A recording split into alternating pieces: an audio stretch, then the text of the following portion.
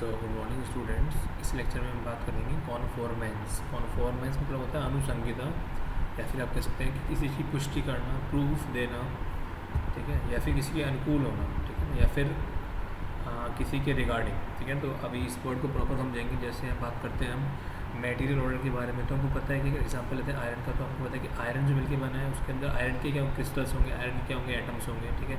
ऐसा ही पॉसिबल नहीं होगा कि आयरन के एटम के अंदर वुड का क्रिस्टल आ जाए या वुड का मेटल आ जाए, ठीक है। इसको हम बोलते हैं क्या, कॉन्स्टिट्यूशन, ठीक है। अब हम बात करते हैं, जैसे मान लो बात करते हैं गैसेस की, ऑक्सीजन, नाइट्रोजन, अदर गैसेस हो गया, गोल्ड हो गया, सिल्वर हो गया, एल्युमिनियम हो गया, ठीक है। तो ये सारे किस में आएंगे, ये हमारे मटेरियल ऑर्डर के अंदर आएंगे। तो इनसे जो कॉन्स्टिट्यूशन मिलकर बनेगा उसको बोलेंगे कॉन्स्टिट्यूशन कॉन्फॉर्मेंस। तो कॉन्फॉर्मेंस मतलब होता है कि पुष्टि करना। तो यहाँ पर हमको पता लग रहा है कि जो मटेरियल है वो दूसरे मिलकर बने होते हैं, ठीक है।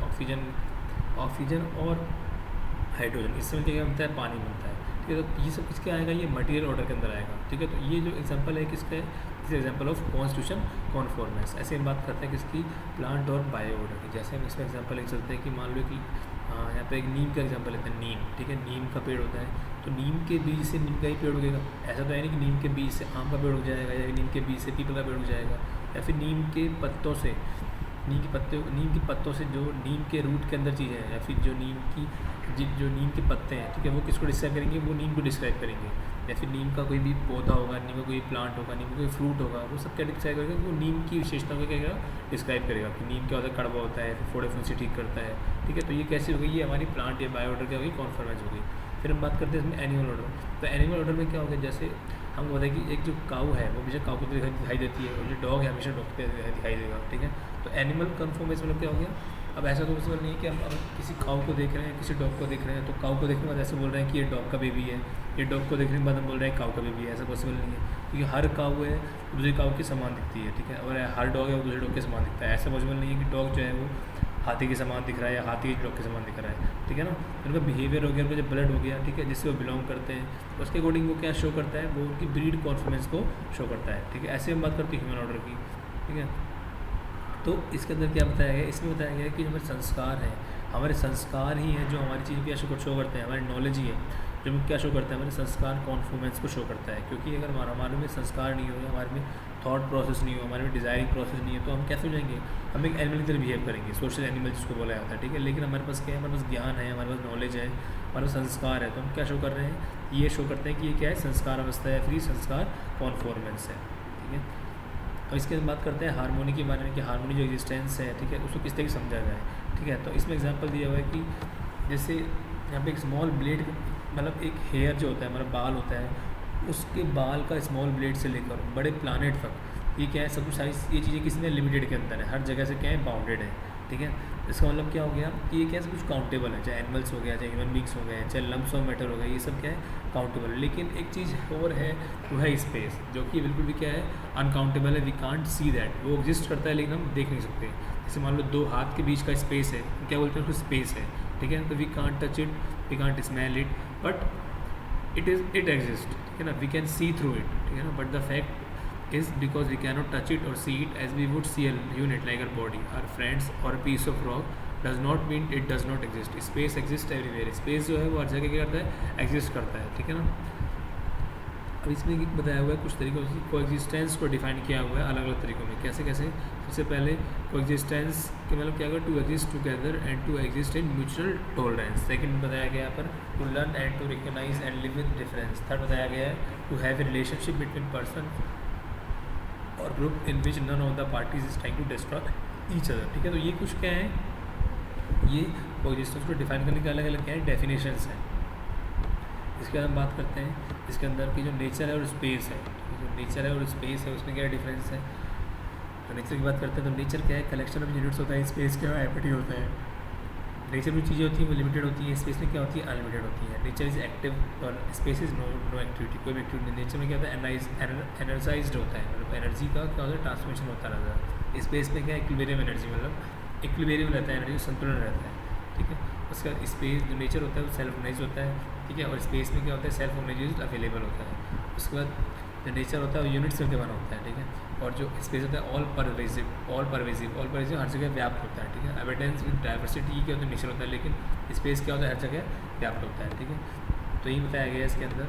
यहाँ पर एग्जांपल भी दिया है कि जो एग्जिस्टेंस है, एग्जिस्टेंस बताया गया है किस में, स्पेस और यूनिट्स के रूप में। तो स्पेस प्लस यूनिट्स, अब जो यूनिट्स होती हैं वो किस में होती हैं, स्पेस के अंदर होती है। तो स्पेस प्लस यूनिट्स क्या बोलती हैं, एग्जिस्टेंस बोलते हैं। और एग्जिस्टेंस, एक एग्जिस्टेंस कहाँ पर है, वो existence is nature submerge in space, मतलब जो नेचर जो कि स्पेस में डूबा हुआ उसको क्या बोलते हैं, एग्जिस्टेंस बोलते हैं। ठीक है, नेचर के अंदर 4 ऑर्डर है, हम पढ़ चुके हैं इस पूरे चैप्टर में। 4 ऑर्डर्स में क्या क्या था अपना, प्राणिक order, animal order, human order, ठीक है, मटेरियल ऑर्डर। तो ये सब क्या है, ये नेचर के अंदर चारों ऑर्डर से मिलकर बना है। ठीक है, फिर हम बात करते हैं इसके अंदर, nature has 4 orders and there are units in each other, each unit is limited in size. और जो यूनिट है वो क्या है, लिमिटेड है साइज़ के अंदर। द साइज रेंजेस, अब साइज़ का जो रेंज है वो कहाँ स्टार्ट होता है, वो छोटे से एटम से स्टार्ट होकर कहाँ पहुँच जाता है, बड़ी बड़ी गैलेक्सीज तक पहुँच जाता है। Each and every unit is finite and limited in size. हर जो यूनिट है वो क्या है, उसकी फाइनाइट है और क्या है, साइज में क्या है, लिमिटेड है।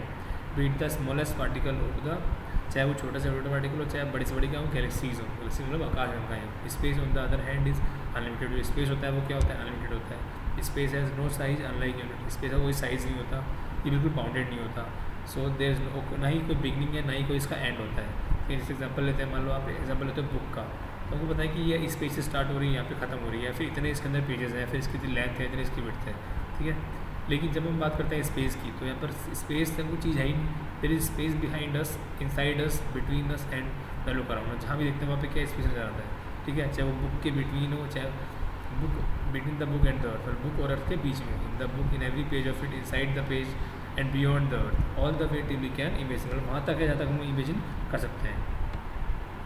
ठीक है, we find that space pervades, मतलब स्पेस के हर जगह है, it is all pervading. Units on the other hand are not pervading. और ये यूनिट्स हैं वो हर जगह क्या व्याप्त नहीं है, उनका क्या है, लिमिटेशंस है। ठीक है, वो क्वांटिटी में क्या है, लिमिटेड है। We can count those units but we can not count about the space, active and no activity. ठीक है, अब इसके अंदर भी बता रखा है कि we can understand each unit as something that is dynamic and active, be it physical activity, physio chemical activity और सेंटिएंट एक्टिविटी। ये यूनिट्स के अंदर होती हैं। ईच यूनिट और entirety of all the 4 orders is active. For example, we can see ourselves, thinking is an activity we do and so is desiring। मतलब हम इसका मतलब क्या हो गया कि हम अपने आप को देख रहे हैं, थिंकिंग, और थिंकिंग क्या एक्टिविटी है, डिज़ायरिंग क्या ये एक्टिविटी है। बाकी बात करते हैं स्पेस की, there is no activity in space. ठीक है, यूनिट्स हमेशा क्या होती है, एक्टिविटी एक्टिव होती है, लेकिन स्पेस कभी भी एक्टिव नहीं होता। There is a empty space between you and the book around and it does not have any activity. Particle of gases and dust in between are active but space is no activity. मतलब ये बताया गया है कि gases के particles और dust के बीच में क्या होता है, पार्टिकल्स क्या होते हैं, एक्टिव होते हैं। ठीक है, बट स्पेस क्या होता है, बिल्कुल नॉन एक्टिव होता है। फिर हम बात करते हैं इसके energised and energy in equilibrium के बारे में। तो यहाँ पे ये बताया गया है कि जो यूनिट्स होती हैं वो क्या होती हैं, प्रॉपर एनर्जाइज होती हैं, और जो स्पेस होता है उसके अंदर एनर्जी क्या होता है, इक्विलिब्रियम होता है, मतलब एनर्जी का क्या होता है, संतुलन होता है। ठीक है, बाकी everybody we know that energy can be easily transformed from one form to other form, energy cannot be created and energy cannot be destroyed। ये आपको पता है, that is a law of thermodynamics। फिर हम बात करते हैं इसके अंदर, जब हम चारों तरफ देखते हैं तो हम देखते हैं कि हमारे चारों तरफ क्या है, फिजिकल वर्ल्ड है। ठीक है, सब चीज़ों में क्या है, एक रिलेशनशिप। ठीक है, ये रिलेशनशिप सॉइल में हो, सॉइल की वाटर में हो, वाटर की ट्रीज़ में हो। ठीक है, ये हम चारों तरफ देखते हैं। ये किसका मीनिंग है, ये मीनिंग है कि हमारे चारों तरफ क्या है, ऑर्डर्स है। स्पेस एक यूनिट नहीं है, स्पेस इज रिफ्लेक्टिंग है। ठीक है ना, तो इसमें वही बताया गया है कि जो स्पेस है वो क्या है, ट्रांसपेरेंट है, जिसके चारों आर पार दिखाया जा सकता है। It is the same as saying reflecting. what this means is that space there is no obstruction, hence all these objects or units are able to recognize each other in space, are related to each other being in the space since space is transparent। तो basically हम ये कहना चाहेंगे कि nature को disturb करना छोड़ दीजिए, क्योंकि अगर हम नेचर को डिस्टर्ब करेंगे वन डे एक दिन ऐसा भी आएगा जब नेचर आपके करेगा डिस्टर्ब करेगा। इवन कर भी रहा है। आपके साथ एग्जाम्पल है कोविड-19 का। ठीक है, जो कि लिटरली 19 से चलता आ रहा है और 20 भी निकल गया और 21 भी चल रहा है, लेकिन ये ख़त्म होने में नहीं आ रहा है। ठीक है, तो आपको इसमें तो ध्यान रखना चाहिए।